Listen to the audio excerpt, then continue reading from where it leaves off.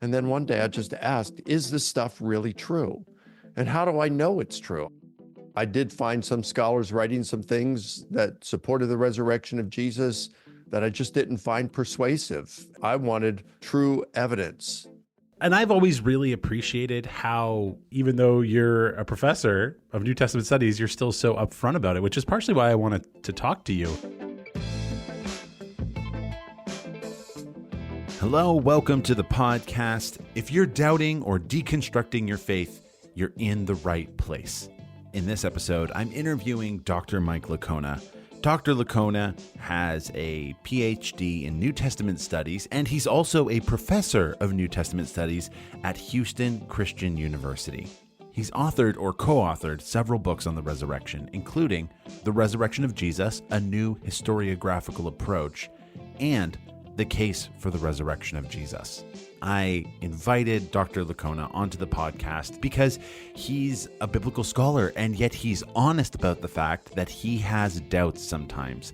I think you're going to love this conversation because of how honest it is about doubt, but also how hopeful it is about faith.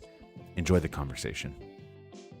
Starting around age probably 8 or 9, I just started to ask my mom, how do I get to heaven? We'd be walking to church on a Sunday, and she'd say, well, you just have to be good. If your good outweighs the bad that you do, you'll go to heaven. I had a younger sister. I pulled her hair, hit her, made her cry. And it's like, all right, well, what if I did more bad than good? She said, well, then you go to hell to be with the devil forever. And I thought, where am I on that scale? I remember when I was 10 years old, there was a Christian magician that came in. They combined all the Sunday school classes for the kids. He would do these magic tricks, and he would relate the gospel message to these tricks. And for the first time in my life, it's like I understood at that point, it wasn't a matter of this balancing act of doing more good than evil. It was what Christ did for me on the cross. And the guy gave an invitation, and I remember 3 of us went forward, and I thought, man, this is what I've been looking for, to understand this stuff. Why isn't everybody else going forward? But I truthfully, I didn't care. This was the answer for me. And so I got tricked into the kingdom, I like to say, because it was a magician. So I didn't grow too much spiritually as a teen. But I ended up going to a Christian university. I was a music major, but it was a strong Christian environment, and I just was growing in Christ. I was praying a lot. I was reading scripture a lot. I decided I wanted to go for a master's degree in New Testament studies so that I could learn Greek to read the New Testament in its original language. And I was loving it. I was getting so much more out of reading scripture. And then one day I just asked, is this stuff really true? And how do I know it's true? I was raised in a Christian family. It's the only thing I know. But if I'd been born in Afghanistan, would I be a Muslim? If I'd been born in China, would I be an atheist? If born in India, would I be a Hindu? Do these people have religious experiences like I think that I have? Do they feel close to God or the ultimate reality? How do I know that what I believe is true? And so that started to get me doubting. And my roommate turned me on to Gary Habermas. And when I visited Gary in his office, he was patient and didn't make me feel bad at all. He had said that he had experienced doubts earlier in life, even after completing his doctoral work. But he shared with me the evidence, just quick evidence for the resurrection of Jesus, and that really helped me at that point. But then later on, I started to doubt again, and Gary would point me to the evidence for the resurrection of Jesus. And I started really devoting myself to it, and I ended up doing a doctoral dissertation and research on the resurrection of Jesus, and ended up, I've had like 36 debates, and most of them have been with atheists and Muslims on the resurrection of Jesus and what happened to Jesus. So yeah, that's kind of where I'm at. My faith in the resurrection of Jesus increased as a result. Evidence is important to me. I didn't want to just take the party line. I did find some scholars writing some things that supported the resurrection of Jesus that I just didn't find persuasive. And I wanted true evidence. and look at it with the greatest amount of integrity, at least that I could muster. So that's kind of where I'm coming from, Matt. And I've always really appreciated how like upfront you are about that. I feel the pressure to not express that I have doubts and still doubt sometimes. And even though you're a professor of New Testament studies, you're still so upfront about it, which is partially why I wanted to talk to you. Other than it just dawning on you that you had questions, were there any other kind of triggers or stressors that made these doubts come back? Because you said you had doubts and then you talked to Dr. Habermas and then they kind of came back around. Did you see a pattern in what was causing it to kind of resurface time and time again? The main thing that started the doubts initially was like I described. It was like, how do I know this is really true? And I guess later on, what would cause doubt would be things like, there are people who are more intelligent than me, and they have arrived at different conclusions. Western culture is hardly Christian today. In fact, those who really want to follow biblical ethics and a biblical worldview, we're in the minority. And that kind of social pressure can cause doubts. But I'd say for me, the thing that has caused more doubts over the years than anything else, it's emotional doubt. And it's the question that in my mind that says, what if I'm wrong? All right. And the way I like to explain it, Matt, is, I speak on a lot of stages and sometimes in front of big audiences. And the lighting crew will tell me ahead of time, hey, there's some tape here on the stage to the left, to the right, to the front, to the back. You want to stay within the parameters of inside of where the tape is, because that's where the lighting is. And it's like, wow, I got 30 feet from left to right. I got 10 feet from front to back. I can do that easy. I can walk backward. I could be blindfolded and walk backward. I could do cartwheels and I'd be fine staying within that. But if you took that same space and suspend that between two skyscrapers and say, hey, Mike, walk from one to the other. I'm not going to do it. Well, why not? Oh, what if I fell? Yeah, but you won't, because you know that you won't. It's 10 feet from, wide. You're not going to fall. I know, but what if I do? The consequences are so horrible. But you're not going to. I mean, you could walk that way backward blindfolded. Yeah, I know, but what if I fall? That's emotional doubt right there. And when I think of worldview, Matt, it's what if I'm wrong? Yeah, but Mike, you've looked at all the evidence for the truth of Christianity, the historical evidence for the resurrection of Jesus. You've looked at the major evidences for the major worldviews out there and found them wanting. You've debated, had 36 debates, almost all of them with skeptics. So the Christian worldview has more going for it than any other worldview. I know, but what if I'm wrong? It's like, that's the thing that sometimes keeps me up at night. So yeah, occasionally I still doubt. And I think it's just the way I'm wired, Matt. Some of us are just wired that way. I mean, I just really resonate with that. I think that's why I wanted to talk with you, because you're willing to say, you're just kind of wired like a doubter. And I think I feel that same way. I have a close friend that I talk with sometimes, and I look at them and I sometimes go, so you really just don't doubt? And they're like, no, not really. Like, I just believe, like I do believe this. And they've heard the apologetics and all that. They're not blindly believing, but they just don't. And I'm like, man, that must be nice. So I resonate with this idea of just the what if that kind of hangs there. And I guess my question. Well, hold on. I want to ask you a question then. Sure. All right. Do you find that you second guess and triple guess in matters in your life other than faith? Yeah, absolutely. Me too. So it's not just faith. Right. It's a lot of things. It shows it is the way we are wired. It's like, did I buy the right watch? Did I marry the right wife? Did I get the right car? Should I have moved into the other house? You just doubt these things and second guess yourself. It's not just faith, it's everything. Yeah, that's interesting. Actually, I want to pull on that thread a little bit then. Like, let's say that there is, and I'm sure there is some research here, but let's say there is a personality type that are second guessers and they're a little more prone to doubting. Do you find that all that academic work has with the what ifs to rest in some way? Like, what's the relationship and tension between those two? Yeah, well, there is certainly benefit in the academic, the intellectual stuff, because I can look and I can say, you know what? The evidence for the resurrection of Jesus is pretty good. In fact, if there wasn't the miraculous element to it, I think all the historians would accept it. It's because it's miraculous that it's put in doubt, which, I think that's something that can be dealt with. But yeah, the evidence for that, I mean, look, Antony Flew, who Gary Habermas has told me is probably the most influential atheist philosopher in the latter part of the 20th century. But at the beginning of the 21st century, he gave up his atheism and he believed in the existence of a God because he said he had to go where the evidence led.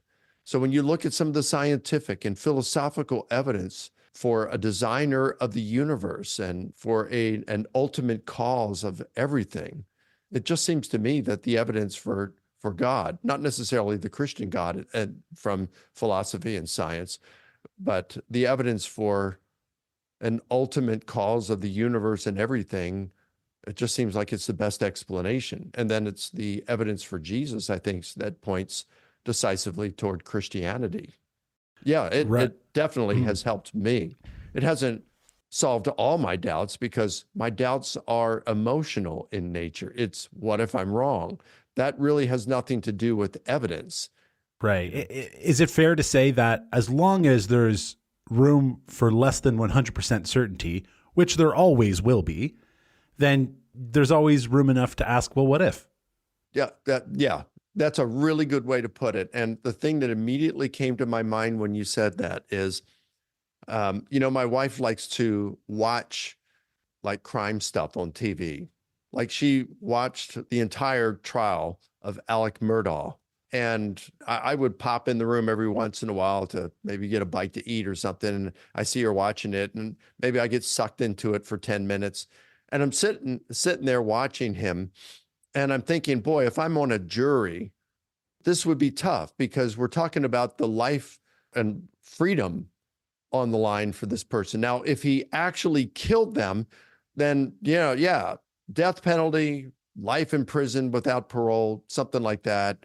But better be really sure that he did it like that. And I'd be thinking as a juror, I definitely want some evidence. And it's not proof beyond all doubt. It's proof beyond a reasonable doubt when it's a criminal case. And it's like, yeah, but there could still be lingering doubt. And it would probably bother me thinking, man, I know there are some people in prison who should not be there because they were wrongly convicted and they are being punished for the crime of someone else. If I were a juror, I'd want to make doubly sure that I wasn't going to participate in doing that with someone. I mean, that would probably make you a great juror. Well, maybe I think not, though, because maybe I could never convict someone. That's a good point. Well, then let's pull on that thread. You have that worry that you would act that way in a jury trial, and yet with matters, by your own admission, that are much greater, eternity, salvation, you have made a conclusion. So how did you do that? And I think let's angle into that question, if you don't mind, by kind of first starting with, I think that you hang your faith in Christianity on the resurrection of Jesus. Many people do. If you agree with that kind of philosophy or approach, I'd love to hear why it is you've chosen that as the crux issue to hang Christianity on. Yeah, good question. The Gospels report that, well, let's go before the Gospels and look at Paul. So 1 Corinthians chapter 15, verse 17, Paul says, if Christ was not raised from the dead, your faith is worthless. You are still in your sins, and those who have died as believers are forever lost. And when you look at his entire argument in 1 Corinthians 15, one of the directions he takes is, if Christ was not raised, we're not going to be raised. Why? Because Christ's resurrection was the beginning of the general resurrection. Our resurrections, when Christ returns, will be the culmination of the general resurrection. So, because these two are inextricably linked, if Christ was not raised, we're not going to be raised. If we're not going to be raised, the Christian life is not worth living. This life is all there is. So let's eat and drink, for tomorrow we die, Paul says. But Christ was raised, therefore we will be raised. Therefore, the Christian life is worth living. So that's one of the arguments he's making in 1 Corinthians 15. Jesus predicts his imminent death and resurrection at 2 points, one in John and one in Mark. He's basically saying, go ahead and kill me, I'll raise from the dead. John chapter 2, and then Mark chapter, where he talks about the sign of Jonah, would be the sign. So if Christ was not raised, well, then, we can do away with the Christian faith. That's not a good, viable option for us to consider as a worldview. I think most people would agree if he did rise from the dead, Christianity is probably true. And so without having to, spend a lifetime looking at all the intricacies of every worldview, I mean, look at the major ones: Islam, Judaism, Buddhism, Hinduism.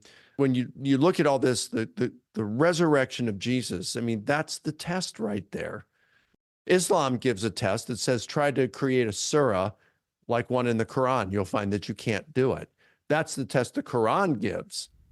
Or Mormonism with a burning in the bosom. Like there are different, I suppose. It's subjective, right? But not with Christianity. We're talking about the resurrection of a dead man.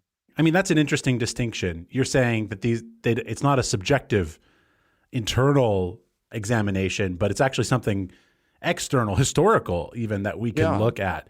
Okay, that's fascinating. I would love to ask you, because it would be a waste to have you on here and not ask you at least some historical questions, because this is what you're an expert in.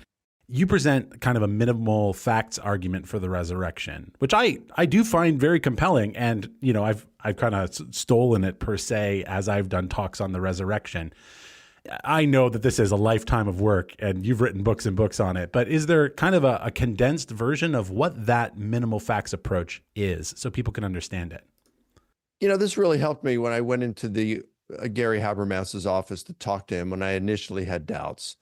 And it's like, for me, I wasn't an apologetics geek at that point. I was just wanting some reassurance of my faith. And so what the minimal facts approach does is allows you to get that, pretty quickly. Also, everybody, whether you're a scholar or not, everybody is biased. Everybody has their own biases. Some things scholars will acknowledge as facts. They find it hard to deny because the data is so strong that they got to grant it if they're going to be rational. There's always going to be some who won't accept anything. Like there are some scholars who will say Jesus never existed. They're the kind that won't be convinced by anything. And I think if they really applied the same burden of proof to other things, they'd find that there was very little that they'd be able to establish. In order to recognize my own bias as well as the bias of others, I only want those facts that are so strongly supported by the data that virtually all scholars are willing to grant that they are facts. These would be things like Jesus' death by crucifixion, that shortly after his death, a number of his followers had experiences they were persuaded were appearances of the risen Jesus to them. Though not virtually all scholars, a strong majority of scholars, probably 75 to 80% of critical scholars who study the subject, will agree or grant that some of these appearances to the disciples happened in group settings. It wasn't just to an individual here or there. There were group settings in which the entire group believed that they saw the risen Jesus. And that there was a skeptic, a persecutor of the church named Paul, who also had an experience in the midst of his activities persecuting the church. And he was persuaded as a result that the risen Jesus had appeared to him and made a radical transformation from a persecutor of the church to now one of its most able defenders, and defended the church to the point of lots of being persecuted himself and even finally beheaded just outside of Rome as a Christian martyr. So you look at these things and you say, all right, what is the historian says, what's the best explanation for these? So you formulate hypotheses, and the hypothesis that best accounts for those facts is regarded as what probably occurred. And when you go through the exercise and analyses, you find that the resurrection hypothesis does account for them by far better than any of its competitors. So how do some of its competitors fail? Could you list some of those competitors and show how they don't do a good job of explaining those historical facts? Yeah, let's look at what is perhaps the leading competing hypothesis, and that is the hallucination hypothesis. So let's understand first what a hallucination is. It is a false sensory perception. You are perceiving something that isn't really there. So you are seeing something, but that something isn't there. You are hearing, like you think you heard someone call you, but it's not that they didn't. Or you had you feel something that really didn't touch you. So like all of us, when we first got our mobile phones and we went into a lecture or a sermon, we put it on vibrate. And then at some point, we thought we felt it vibrate, that we got a text message, and we pulled it out and looked at it and it's like, nobody loves me. That is what's called a tactile hallucination. Or there's the sense of motion where like we're sleeping and we have a sense like we're falling off a building and we wake up. That is called a kinesthetic hallucination. You can also have the sense of smelling or tasting something. Typically, hallucinations occur in a single mode. People who are schizophrenics or high off drugs or alcohol can experience hallucinations in multiple modes, like they may see and hear something. But other than that, people will only see something but not hear it, or smell something but not feel it. The people most likely to experience a hallucination are those grieving over the loss of a loved one. Okay, well, that seems to be the disciples at that point. Seems plausible so far. But only 7% experience a visual hallucination. And yet all the reports are that Jesus appeared to them. That's visual. They not only saw him, but they also heard him and touched him. He made food for them. He ate in front of them. So, that doesn't work with the multiple mode. Because hallucinations are false sensory perceptions that are going on in the mind of an individual, the brain of an individual, they have no external reality, then groups cannot experience them.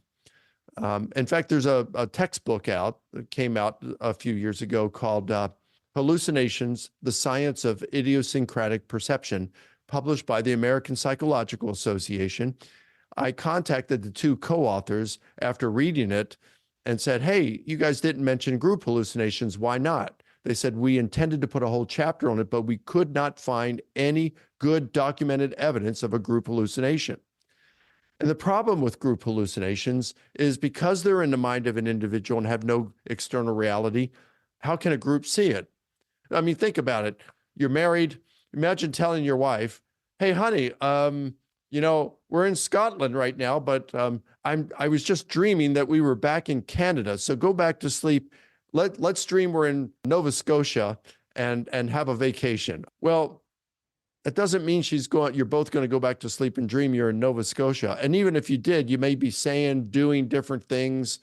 Maybe you're at the lighthouse and she's at another place. It's not going to be a group occurrence. So that's the second problem. And a third problem with the hallucination hypothesis is Paul. Paul's not grieving over Jesus' death. He believed Jesus was a failed Messiah and a false prophet. So Jesus would have been the last person in the universe that Paul would have expected to see or wanted to see. We can see just through a minimal facts understanding of this and even our current scientific knowledge, the hallucination hypothesis just does very little to account for the known minimal facts. And it is really helpful to run it through like that specifically. I think in the past, and maybe your research has changed on this, or at least this is a conclusion that I've made, is that if you also grant the historical validity of the empty tomb, then a hallucination theory seems to be an attempt to explain why they saw Jesus alive, but it doesn't explain why there's an empty tomb. They right. should be seeing him, but then there should still be a body in the tomb. So it might explain one fact well, but it actually doesn't explain another fact of the narrative. And so it lacks explanatory scope, I think. That's right. Yes. Yeah. Okay.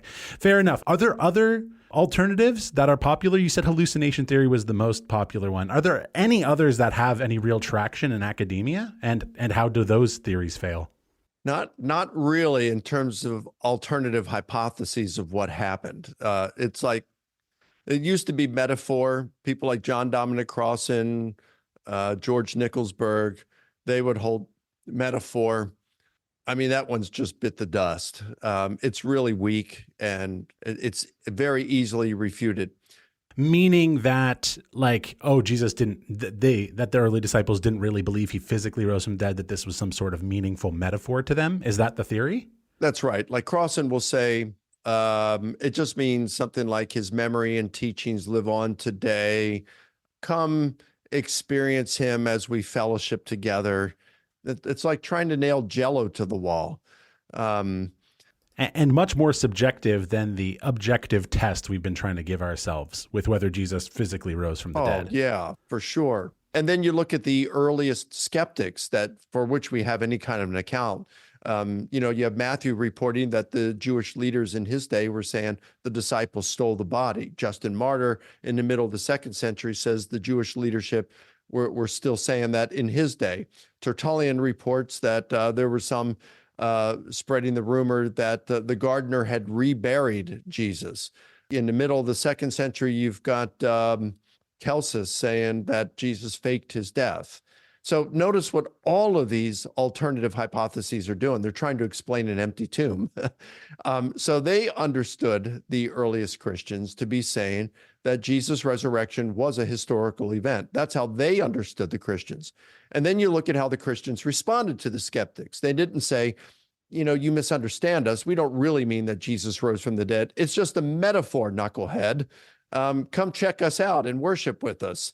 No, they defended the bodily resurrection of Jesus as a historical event. So that one it doesn't really have any traction anymore. But the hallucination hypothesis, even though it's the leading alternative hypothesis to the resurrection of Jesus, that is losing traction. And today, the tendency now for skeptical scholars is just to try to rule out altogether the historical inquiry of the resurrection of Jesus as an illegitimate inquiry. And they'll just say, look, historians don't have the tools to tell if Jesus rose from the dead because it would require a miracle. And that would be a theological explanation and not a historical one. They don't have the tools to be able to detect God, so they can't affirm whether Jesus rose from the dead. And I think that's just a very naive approach to history. So I agree they don't have the tools to be able to detect God. But let's just take an analogy. Let's just say that scientists have been tracking a comet and they know it's about to collide with the moon. And they know it's going to happen on a particular day and time. So at that time, you got the Hubble Space Telescope that zoomed in on the moon's surface. You have several planetariums around the world that are strategically positioned at that point to watch the event occur. And at that time, it's like, bam, the comet hits the moon. And as the lunar dust settles, astronomers notice a message written on the moon's surface. And it says, Jesus is Lord. And it's written in Hebrew and in Greek. Now, a good scientist would say, whoa, that's an extraordinary event. It would seem to require God, and I don't have any natural explanations for it. However, as a scientist, I also don't have the tools to determine whether God did this. So I guess I'm just going to have to affirm that the event occurred, but I'm going to have to leave the cause of the event undetermined. That's what a responsible scientist would do. Here's what an irresponsible scientist would do. Whoa, that's an extraordinary event, and it would seem to require God to do it. I don't have any natural explanations for it, but I also don't have any tools to be able to detect God. Therefore, I can't even affirm that the event occurred. Now, that would seem crazy. What do you mean? We know the event occurred. We saw it through the telescopes. Yeah, but it would require God. So no, I can't even affirm that the event occurred. I can't confirm it. But that approach to science is the very same approach that a number of modern historians and scholars of Jesus, New Testament scholars, are doing when it comes to the resurrection of Jesus. They're saying, yeah, there's some evidence for the resurrection of Jesus. I may not have a natural explanation for it, but I also don't have the tools to detect God.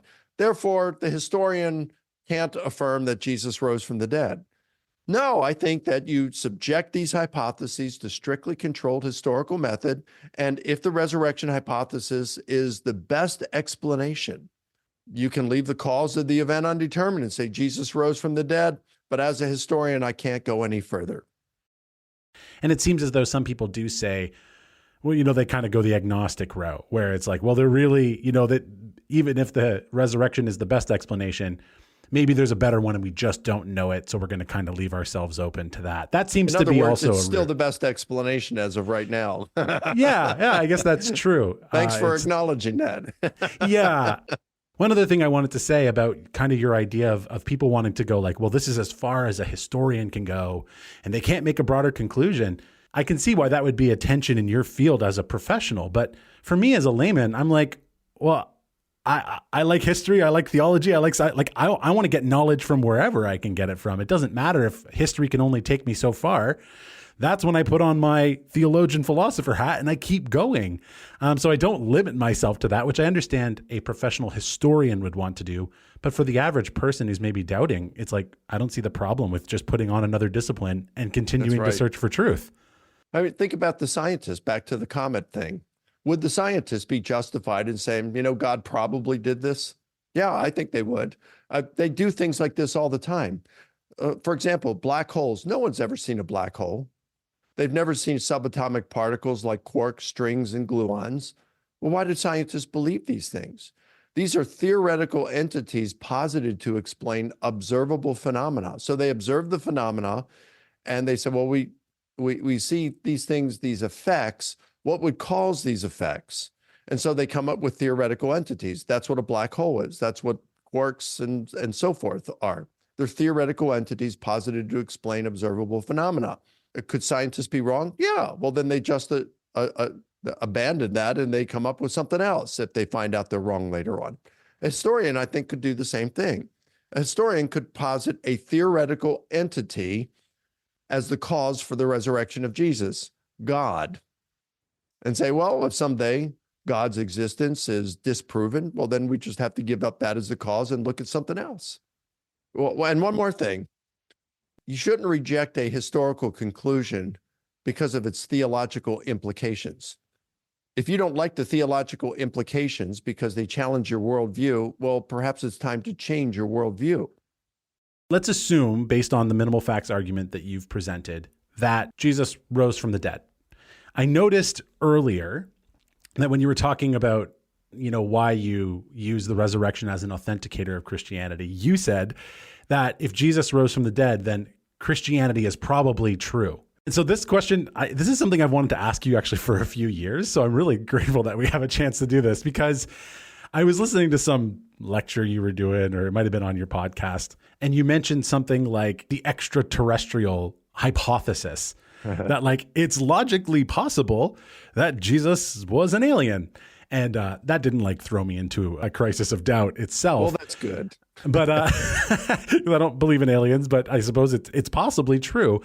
But I think what's interesting about that is that I want to make sure I word that. Actually, I wrote it down, so maybe I should just read it because it's a kind of nuanced, tricky question. I say, so all the historical details of Jesus' death and resurrection could be true, those minimal facts you laid out, but Christianity, as presented in the Bible, could still be false if Jesus were a trickster alien. Mm-hmm. So it seems that trusting Christianity to be true, in some sense, trusts that Jesus was sincere when he was claiming to be the Son of Man in Daniel 7. So I guess this is a really personal question. I am asking you to step out of the historian mode and step into the Christian mode and to say, how do you take that last step of going, this is the best explanation, but now I'm actually going to trust Jesus when he said he was the Son of Man. So there's like a personal question that takes us from here are the facts to I'm actually going to trust a person. That's a good question, Matt. Centuries ago, there was a philosopher named Lessing, and he came up with something called Lessing's ditch. And it's like the evidence can only take you so far. And then there's this ditch, and you have to leap across it in order to get to your worldview. And that happens with every worldview. Every worldview has There's no airtight case for any worldview. All right. There's some evidence for every worldview. There's a lot more evidence, I think, for Christianity than there is for other worldviews to support its truth. But then when you look at the evidence that we have for Christianity, it's pretty good. And the leap, yeah, it's a leap, but it's like the ditch is filled with water and you can just easily swim across it. What I do is I look and I say, in addition to the philosophical and scientific evidence for God's existence, in addition to the historical evidence for the resurrection of Jesus, I look at things like near-death experiences that are well evidenced, extreme answered prayer, paranormal phenomena, things like that, that really seem to suggest a spiritual dimension of reality. So I would add that to the mix too. And then I look and it's, yeah, extreme answered prayer. You know, there have been times when it's just amazing. I've prayed and bam, it happens. There have been occasions, a couple of occasions, two, I can think of right away, where I prayed for someone who was sick and they were healed instantly. It's pretty cool. I'm not a healer. I'm not Pentecostal or charismatic, but yet I've seen these things happen. Now, of course, a skeptic would say, well, that's just coincidence, and maybe it is. But, you know, I look at things like that. I see of other miracle reports that people like Craig Keener and others have reported, contemporary miracles, things that they've even experienced. And these things move me to believe in the gospel, that go a little bit further and say, well, Jesus was probably who he claimed to be, because he still heals. He still answers prayer. So could he be an alien deceiving us? Yep. And somewhere along the line, you've got that ditch that you got to get across. And it's just not certain. You have that leap of faith, no matter what worldview you are taking. Everybody is going to have faith in a worldview. Now, of course, you could just say, well, I'm not going to take any worldview. I'm just going to be an agnostic. Well, that's fine. It seems like you'll probably then just have a worldview that you're not really paying attention to. You're just assuming whatever you want to assume. Yeah, you're either apathetic or lazy. But I will say this, if Christianity is true, you should care, because that apathy or laziness could cost you eternity. And it sounds a little bit like what you're saying in terms of Lessing's ditch is that we're not just looking back on a historical event, but if the event itself is actually true, then Jesus is alive today and can actually be experienced. The stories you shared are inspiring, and I suppose lots of doubters are seeking Jesus in that way. And I think that actually makes sense, because they have to get from a point of just going, this is a historical fact, to something I'm going to trust that Jesus is alive and will actually resurrect me. So yeah, I appreciated the way you framed that. I'd love to kind of hear your thoughts on how Christians and churches, maybe apologists or ministers like me, could do a better job of actually journeying with doubters. And the reason I'm bringing this up is because I saw that video that you and your wife put out together about Marty Sampson when he was doubting. And I don't know if I think he's totally deconverted now or whatever. You were concerned about the way people were reacting to him expressing his doubts. And I'd love for you to give you an opportunity to express here, what were your concerns with how people were reacting to him? Well, I think people would come out and condemn someone from doubting. They don't understand doubt. And some people don't. My dad, he was a great guy, but he just did not understand why I experienced doubt at times. He couldn't relate to me in the way I was wired.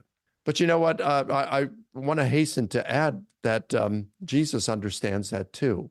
Jesus was out teaching one day, and John the Baptist had been imprisoned, and he sends two of his disciples to Jesus. And they said, John wants to know, are you the one, or are we to expect someone else? Now, wait a minute. If the Gospels are true, you have the phenomenal birth of John, the phenomenal birth of Jesus.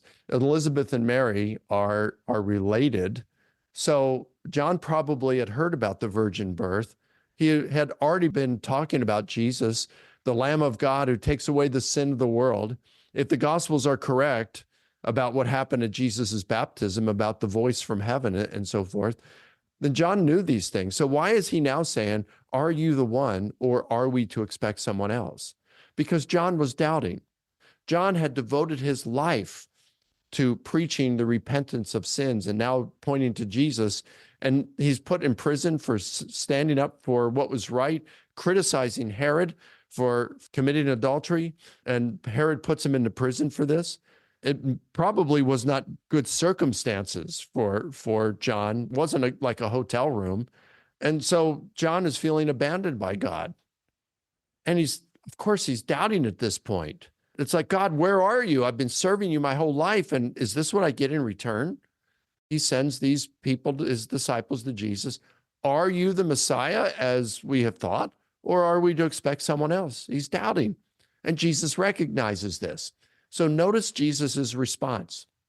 He tells the disciples, go back and tell John what you have seen and heard.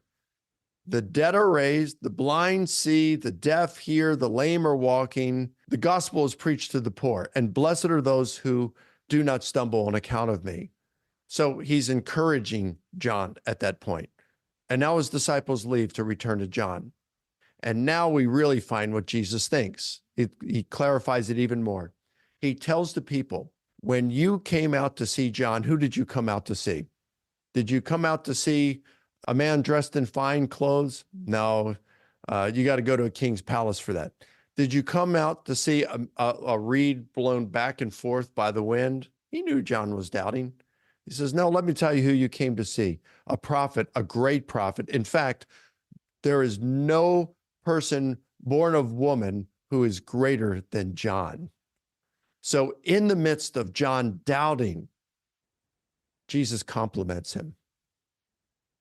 Jesus provides evidence and he encourages him. And so I would say that those who do not experience doubt need to understand that doubting isn't necessarily a sin. It's the way some of us are wired. Think about how Jesus responded to John when he was doubting. He provided evidence, he encouraged him, and he complimented him.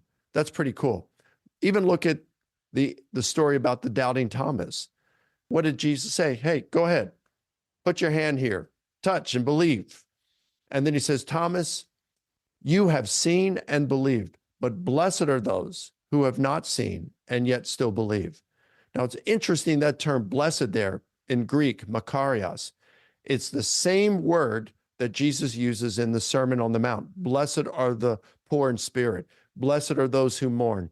Blessed are the pure in heart. Blessed are the peacemakers. What does he mean by that? In many cases, a number of scholars are saying that word means, and it's hard to translate it in a smooth way in English, but it has the sense of flourishing. You can flourish if you're poor in spirit, humble. You can flourish spiritually when you are mourning. You can flourish spiritually when you are hungering and thirsting for righteousness. What is Jesus saying here to Thomas? Thomas, you have seen and believed, but those who have not seen and believed, blessed are those, they can flourish in their spiritual walk with God, even though they haven't seen the resurrected Jesus. That's pretty cool stuff. That's how Jesus deals with doubting Thomas. He provides evidence and then assures that people who have not actually seen the risen Jesus can still flourish in their walk with him. A passage often sounds to people as though Jesus is rebuking Thomas, but what you seem to be saying is that Jesus is saying, you're blessed because you've seen me, but guess what? Even those who don't have what you just received, they can still be blessed in a similar way. It's funny because we hear it as something that's really limiting, but it sounds like Jesus is actually opening up the blessings. He's not restricting who can be blessed. He's saying anyone can be blessed, even if they haven't seen me physically. Yeah, that's right. And we can't forget that all of the disciples doubted, except maybe John. All of the disciples doubted at the report of the women that the tomb was empty. And even Peter, after seeing the tomb, said he was just like, whoa, what happened here? And he walks home. Right. The phrase that I've picked up recently is like, doubt is biblical. Like it's just baked into the story in the sense that you can't really read the Gospels without finding a whole bunch of doubters who encountered Jesus. So I suppose we shouldn't be too surprised when Christians doubt. It's kind of part of faith journey for so many people. Just as we wrap up, I end every interview by just asking, is there anything left unsaid? Is there anything you wanted to say that I didn't give you a chance to say? There's just kind of free reign if there's anything more to say that I didn't make room for. Well, I would just say, in wrapping up, doubting is normal. C.S. Lewis doubted, he said, as a Christian, but he also doubted when he was an atheist. You had Gary Habermas once ask Antony Flew, that great atheist philosopher, if he ever doubted his atheism. He said, I doubt my atheism every day. And so doubting is normal, whether you're a Christian or not. Number two, look at the evidence. Three, I'd say absolute certainty without any doubt about something is an unreasonable expectation. And four, faith is more than just belief. It's how you walk or live. So just take a college student and who's a believer, and this college student is dating this girl, and she comes on to him, wants to have sex. And he's thinking, I shouldn't do that as a believer until I'm married. If he's doubting, he may say, yeah, but Christianity may not be true, and I don't want to pass up on this great opportunity. And he may think about that, but then you think, but Christianity may be true. Faith is, at that point, is making the decision to live as though it is true. So when you're doubting, you make the decision to go on and live as though it is true. And that's faith. It's putting your feet to where your head and heart are leaning. It's like Peter, he was doubting, but he still was willing to get outside the boat and walk to Jesus on the rough seas. Faith doesn't mean you're not going to have any questions. It doesn't mean that you're going to have 100% confidence, but it does mean you have enough confidence that you're willing to live as though it's true. Thank you so much for taking time to share so much and to share so honestly. I really sincerely have always felt supported by you because you're a scholar who's a Christian, but you also are a second guesser, and it's made space for me and other doubters to want to try and follow Jesus, but to be honest about our doubts. So thanks for spending time. You're welcome, Matt. Good to be with you, brother.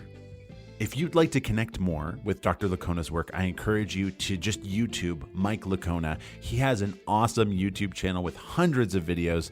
They're excellent.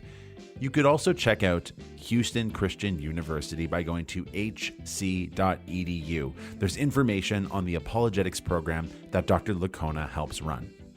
And if there's something that you'd like to add to this conversation, don't hesitate to reach out to me at matt@truthsnack.ca. Until next time. Thank you for taking my alien question seriously. Hey, when I walked into Gary Habermas's office and I had a question about the resurrection, he said, well, what else do you think might have happened? And what did I say? The alien hypothesis. Is that true? That's really true? That's true. I didn't know that. Wow.